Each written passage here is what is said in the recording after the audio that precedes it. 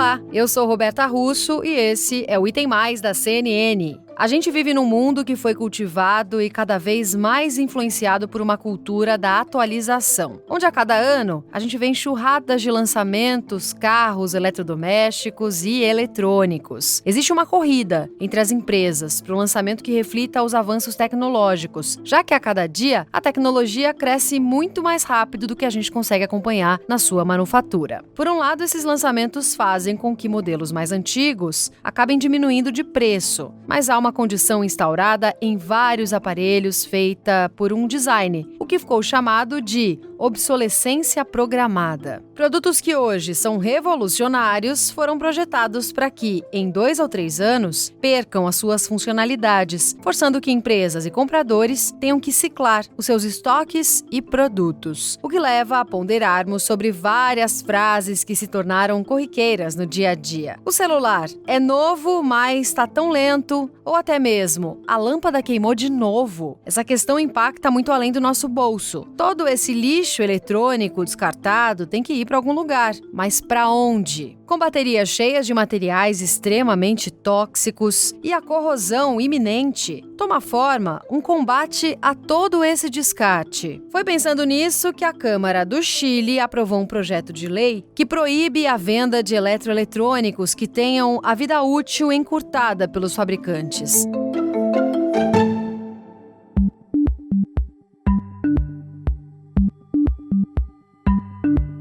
E é sobre isso que eu vou conversar com o Cauê Lopes dos Santos, geógrafo e autor de Ouro por Lixo, nessa primeira parte do episódio do podcast. Oi, Cauê, bem-vindo! Obrigado, Roberto. Um prazer falar com vocês na CNN. Começa então explicando pra gente, qual é o conceito de obsolescência programada? Olha, obsolescência programada, ele é um conceito que ele serve para explicar basicamente a ideia de que os equipamentos, os objetos de forma geral, principalmente os objetos elétricos e eletrônicos que a gente observa nos dias de hoje, eles têm um ciclo de vida curto. Então, a gente costuma escutar, eu tinha uma geladeira que durou 10, 20 anos e agora essas geladeiras de hoje em dia, elas só duram 2, 3 anos, né? Então, a gente está acostumado a escutar que os produtos da indústria, sobretudo da indústria de bens de consumo duráveis, estão durando cada vez menos, né? E bens de consumo duráveis é a indústria automobilística, a indústria eletroeletrônica e assim por diante. O que está por trás da obsolescência programada é a lógica de que o produto estragando, eu vou ter o consumidor ali novamente comprando uma versão nova. A ideia é de garantir também que o mercado não se sature por produtos de alta qualidade de mínima, vamos dizer assim, reposição, né? Então, qual é a lógica dentro do capitalismo de você produzir uma geladeira que custa 20 anos, todo mundo comprar esse produto, né? E o que vai acontecer com essa fábrica, né? Se todo mundo compra um produto que dura 20 anos, como é que ela vai garantir a própria existência nos próximos anos, né? Já que todo mundo vai comprar um produto que dura muito. Então, a obsolescência programada, ela é essa lógica, né? De você produzir com uma técnica dentro de um campo tecnológico que você sabe que aquilo dentro de um determinado período vai começar a dar problema. E aí são vários tipos de problemas. A gente pode considerar problemas, e aí no caso dos eletrônicos, dos computadores, por exemplo, problemas relacionados ao hardware, né, a composição física mesmo do equipamento, mas podem ser problemas relacionados ao software, né, então ao sistema que gira dentro dessa máquina. Então a gente vai observando diferentes formas dessa obsolescência programada se fazer presente. E isso é um dado do nosso dia a dia. A gente está cada vez mais com computador, com celular, trabalhando, vendo televisão, né? Então a gente tem diretamente uma relação com esses objetos todos os dias, né, no cotidiano, e quando eles dão problema, a gente começa a reparar que daqui a pouco, muito possivelmente, ele vai chegar no fim dele. Então a gente pode falar que a obsolescência programada já é um problema grande aqui no Brasil. Ela é, na verdade, um dado, né, vamos dizer assim, que opera na escala planetária, porque a gente está falando de grandes companhias que produzem esses bens de consumo duráveis. A gente está falando de grandes corporações dos Estados Unidos, da China, da Coreia do Sul, né, então, que vão produzir toda sorte de equipamentos elétricos, eletrônicos, automóveis, etc., e que realmente duram pouco tempo. E é uma lógica, o que eu acho interessante de pontuar, é que é uma lógica inédita na história da humanidade, né? A gente sempre desenvolveu tecnologia pensando na qualidade, na eficiência e na durabilidade. E agora a gente tem que parar para pensar que existe uma tecnologia sendo feita pensando no fim do produto, né? Não na sua existência prolongada, né? A gente possui tecnologia hoje em dia para produzir objetos que durariam muito mais. Isso não acontece pela própria lógica na qual o mercado opera, que a gente precisa comprar para poder girar a economia e assim por diante, né? Para garantir que o produto seja renovado e que a indústria também consiga vender. Tem países que importam lixo eletrônico, Cauê? Olha, a importação de lixo eletrônico é uma questão séria, sobretudo nos países do sul global, que a gente chama, né? Então, é o antigo terceiro mundo e alguns países do segundo mundo, a gente utilizar a terminologia mais antiga. O que acontece é que existe uma lei internacional que proíbe, né, um acordo da Basileia, na verdade, 89, proíbe o fluxo transfronteiriço de lixo perigoso, dentre os quais o lixo eletrônico é um tipo. Então, o que acontece? Muitas vezes, os países de terceiro mundo, ou os países do sul global, eles acabam recebendo objetos que são classificados como produtos de segunda mão. É uma forma que eles encontram para burlar a nomenclatura de lixo, né, de resíduos elétricos e eletrônicos, que seria proibido. Então, essa é a estratégia pela qual esse fluxo ilegal continua acontecendo, né? Então, você pega lugares como Gana, Nigéria, país na África ao sul do Saara, ou país no sul da Ásia, a Indonésia teve recentemente um caso de navio chegando com resíduos elétricos e eletrônicos, e o ponto de partida desses resíduos são, sobretudo, os portos localizados no norte global. Então, o porto de Amsterdã, o porto de Roterdã, o porto de Hamburgo, na Alemanha, o porto da Antuérpia, na Bélgica, e assim por diante. Então, a gente tem essa situação na qual os países do norte, né, ou os antigos países do primeiro mundo, eles que são países que têm um alto consumo de eletrônicos per capita e um constante descarte, né, porque o ciclo de consumo ele é muito alto nesses países, eles acabam se livrando, né, descartando esses resíduos elétricos e eletrônicos e que são transportados com essa classificação de mercadorias de segunda mão. O problema é que quando eles chegam no país de destino, como se fossem doações, né? Eles chegam como se fosse uma espécie de doação para países do sul global. Existem alguns estudos que revelam que cerca de 30% desse fluxo de resíduos, desse fluxo de mercadorias classificadas de segunda mão, são resíduos. Na verdade, está se exportando muito mais lixo do que material de segunda mão. E aí isso vai dar origem a várias cadeias de reciclagem nesse país do sul global. A Câmara do Chile aprovou um projeto de lei que proíbe justamente a venda de eletroeletrônicos que tenham a vida útil encurtada pelos fabricantes. Qual que é a sua análise sobre isso? Olha, na minha perspectiva, isso é uma das formas mais sofisticadas da gente garantir um uso mais sustentável dos recursos naturais, para a gente garantir um consumo consciente de produtos elétricos e eletrônicos, porque o que acontece é o seguinte, existem muitas iniciativas relacionadas à gestão dos resíduos e à reinserção dos resíduos, das matérias-primas que você obtém a partir da reciclagem dos resíduos na cadeia produtiva. Então, por exemplo, no Brasil, em 2020, entrou em vigor o acordo setorial para a gestão de resíduos elétricos e eletrônicos. Então, a lógica qual é? Que a gente vai começar a coletar os resíduos elétricos e eletrônicos, computador, geladeira, tudo que você possa imaginar que possua campo elétrico magnético, e a gente vai reciclar isso e partes das matérias-primas que a gente obtém dessa reciclagem, como ouro, platina, alumínio, etc., vai ser reinserido na cadeia produtiva. Então, você vai produzir ouro a partir do lixo e vai conseguir colocar esse ouro de novo na cadeia produtiva, esse alumínio de novo na cadeia produtiva e assim por diante. Só que se a gente parar para pensar, tudo bem, isso é uma coisa importante, isso pensa na premissa da economia circular, né, para pensar na redução da exploração dos recursos naturais e assim por diante, só que não resolve a questão que está posta dentro da sociedade de consumo, que é o fato da gente estar sempre consumindo cada vez mais, né? Então, a gente consome cada vez mais por 3 motivos principais. Pela obsolescência programada, então, mesmo que você não queira consumir, chega uma hora que seu produto estraga, né? Que ele vai dar um problema no software, no hardware, não importa, ele vai dar um problema num curto intervalo de tempo e você vai ter que trocar, vai ter que comprar um novo. Tem também a questão vinculada a esse consumismo do parcelamento, né? O Brasil, que é esse país do crediário, então a gente, inclusive muitas pessoas nas classes mais baixas e nas classes médias, elas só conseguem comprar muitos objetos em função da política de parcelamento, que aí são oferecidos por instituições financeiras, redes varejistas e assim por diante. E por fim, que me parece uma das variáveis mais importantes para a gente entender essa sociedade do consumo, é também a publicidade, né? Que ela vai criando, estimulando nossa vontade de comprar, mesmo que a gente não precise. Se a gente junta esses três elementos, a gente tem uma sociedade que consome cada vez mais, né? Que é o que Jean Baudrillard, que é um filósofo francês, chamou de sociedade do consumo. Quando o Chile propõe essa política, ele está finalmente tocando na ferida que é, olha, a gente vai ter que operar, né, a indústria vai ter que operar dentro de uma lógica mais sustentável. E uma lógica mais sustentável, nesse caso, significa produzir produtos que durem mais.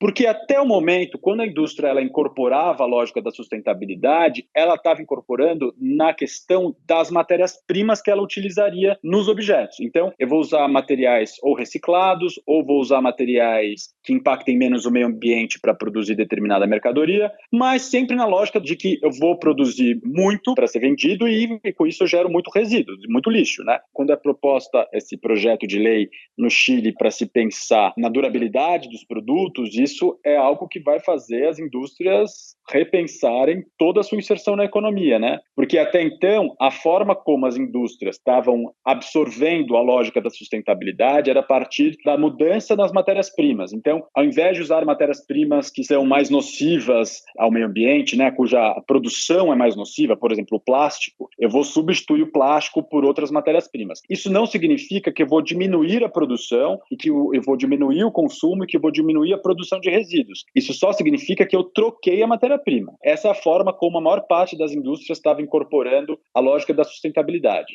Quando o Chile, esse projeto de lei chileno, coloca em questão a durabilidade do produto, ele está colocando também em questão a taxa de lucro da indústria, porque esse giro, né, que é o giro do consumo, né, se eu estendo esse giro do consumo, então o produto vai durar mais, isso significa que das duas uma, ou a indústria vai ter tendencialmente menos compradores, né, porque os produtos estão durando muito, ou significa que a indústria vai investir pesadamente em publicidade para garantir que as suas inovações sejam cada vez mais atrativas para o consumidor. No primeiro caso, e aí a gente está pensando numa sociedade operando numa lógica do consumo consciente, você tem uma redução do impacto no meio ambiente, porque você vai ter menos extração de matéria-prima, você vai ter menos geração de resíduos, mas, na contrapartida, se a gente pensa no segundo caso, que é a intensificação da publicidade, a gente vai ter mais venda, vai continuar, né, extraindo muita matéria-prima para produzir os objetos e vai continuar produzindo muito resíduo, né? Então, tem essas duas possibilidades diante dessa nova legislação. E é claro, isso é uma outra questão muito importante, que aí vem em função de que, se essa lei pega e vira um sucesso no debate internacional, no debate da economia circular, e os governos dos estados nacionais comecem a incorporar essas medidas, a gente vai ter aí um avanço no sentido de garantir alguns dos objetivos do desenvolvimento sustentável da Agenda 30 das Nações Unidas, né? Ligadas ao consumo consciente, né? Enfim. No momento onde a gente tem essas preocupações com o meio ambiente, dá para falar de coletas específicas para esse tipo de lixo, Cauê? Eles são respeitados? Olha, a gente tem um problema com relação à coleta de resíduos específicos, vamos dizer assim, né? Por exemplo, os resíduos elétricos e eletrônicos. Um dos problemas principais das empresas que fazem a reciclagem dos resíduos elétricos e eletrônicos no Brasil é a regularidade da entrada desses resíduos nas plantas de reciclagem, né? Então, esses resíduos são produzidos. O Brasil é o segundo maior produtor de resíduos elétricos e eletrônicos das Américas, só atrás dos Estados Unidos. E se a gente parar para pensar, são poucas as pessoas que têm consciência de onde devem ser descartados esses produtos quando eles chegam no fim da vida deles, né? Eu, por exemplo, eu sei onde eu descarto, mas por algum motivo eu tenho aqui comigo todos os meus celulares que eu comprei desde, sei lá, 2002, entendeu? Então, a gente ainda não tem a cultura muito estabelecida do descarte correto dos equipamentos elétricos e eletrônicos, né? A gente ou doa ou mantém em casa quando eles são menores, mas tem muito essa tradição de manter, enfim, de não estar a destinação apropriada. Foi só em 2020, então, que o Brasil conseguiu estabelecer o acordo setorial para a gestão de resíduos elétricos e eletrônicos. A gente tem uma legislação, é uma legislação de gestão compartilhada, ou seja, vários atores da sociedade estão envolvidos, as próprias empresas produtoras, as importadoras de equipamentos elétricos e eletrônicos, o consumidor, o cidadão, ele também está envolvido, ele tem que fazer o descarte correto, as empresas varejistas têm que informar como deve ser feito o descarte, e esse é um dos nossos principais problemas, é o descarte correto desses equipamentos. Não só pela falta de propaganda, né, de não sabe onde fazer isso, mas também pela falta de investimento em educação ambiental, né? Então isso também não é ensinado, né, que existe um lugar adequado para se fazer o descarte. As empresas têm uma responsabilidade sobre isso, né, o Estado, enfim. Então essa política está sendo implementada nos próximos 5 anos, uma política gradativa, ela tem algumas metas para cada ano, né, de reciclagem, mas voltando que um dos principais problemas para o sucesso de qualquer política de reciclagem é a questão da coleta apropriada para garantir uma entrada regular desses resíduos nas plantas de reciclagem. Tá certo, Cauê. Espero conversar com você outras vezes também. Show de bola, Roberta. Obrigado, viu?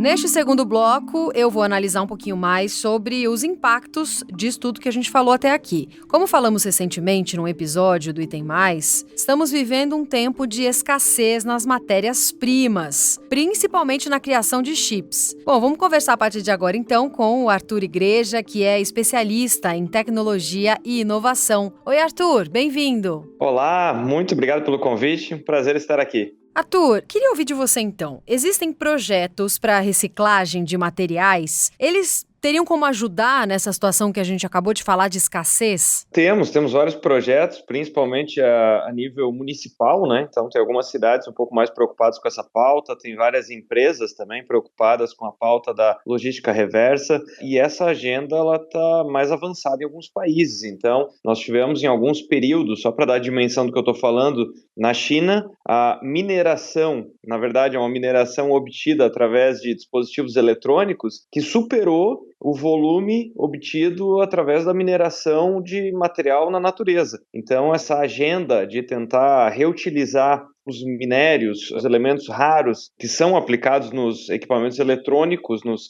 eletrodomésticos, ela está muito avançada em alguns lugares do mundo. E aqui no Brasil ainda tem um potencial incrível para ser explorado. Agora, a reutilização de produtos, né, como comprar eletrônicos usados, por exemplo, pode ser uma saída para esse excesso de lixo tecnológico? E como é que leis que proíbem essa obsolescência podem ajudar nisso também? Eu entendo que sim, aliás, me parece absolutamente necessário, porque tem essa escassez incrível, não só para a obtenção dos materiais, mas para poder produzi-los, né? E aqui no Brasil nós sabemos que a parcela de equipamentos eletrônicos que são reciclados ainda é uma parcela muito pequena, né? Esse índice é bastante baixo. Então isso é muito importante, porque afinal de contas, dentro do conceito de economia circular, vários fabricantes já estão trabalhando com essa modelagem, né? Então, dentro do conceito de economia circular, o que acontece é que a pessoa ela está utilizando esses devices por um tempo e você tem todo o interesse em reobtê-los, justamente para poder ter essa garantia de suprimento. Então, é mais ou menos um modelo de serviço ao invés de pura comercialização do produto, porque afinal de contas aí essa empresa ela sabe que ela tem alguma garantia de obtenção desses materiais. E as leis elas interferem na dinâmica de mercado, né, nos incentivos. Então, quer dizer, se você tem uma legislação que acaba atuando contra essa obsolescência, o impacto direto é uma mudança na dinâmica de mercado e os fabricantes tentando mudar o design dos seus produtos, tentando mudar a supply chain, tentando mudar esse envolvimento, como eu estava comentando há pouco. Então, a lei ela impacta diretamente nos projetos, na fabricação e nessas cadeias de utilização dos produtos e de reciclagem, reutilização. E essa proibição, Arthur, pode acabar impactando ainda mais nos preços dos produtos, então? É claro. Toda mudança tributária ou toda lei, ela altera, como eu citei, o sistema de incentivo. Então, quer dizer, os fabricantes eles vão olhar, poucos fabricantes eles tomam atitude simplesmente por princípios ou por crenças, né? Então, basicamente, eles avaliam o mercado e avaliam como isso pode ser mais interessante. Então, se você passa a ter algumas obrigações ou algumas sanções pelo fato de você estar sendo punido pela obsolescência programada, o fato é que se ficar mais difícil para conseguir determinados itens, sim, a fabricação se torna mais cara e aí é óbvio que os fabricantes repassam isso para os seus consumidores. Tá certo, Arthur, é isso. Obrigada pela entrevista aqui com a gente no podcast e até uma próxima aqui na TV também. Maravilha, obrigado e até a próxima. Termina aqui mais um episódio do podcast E Tem Mais. Obrigada pela companhia e até amanhã. Tchau!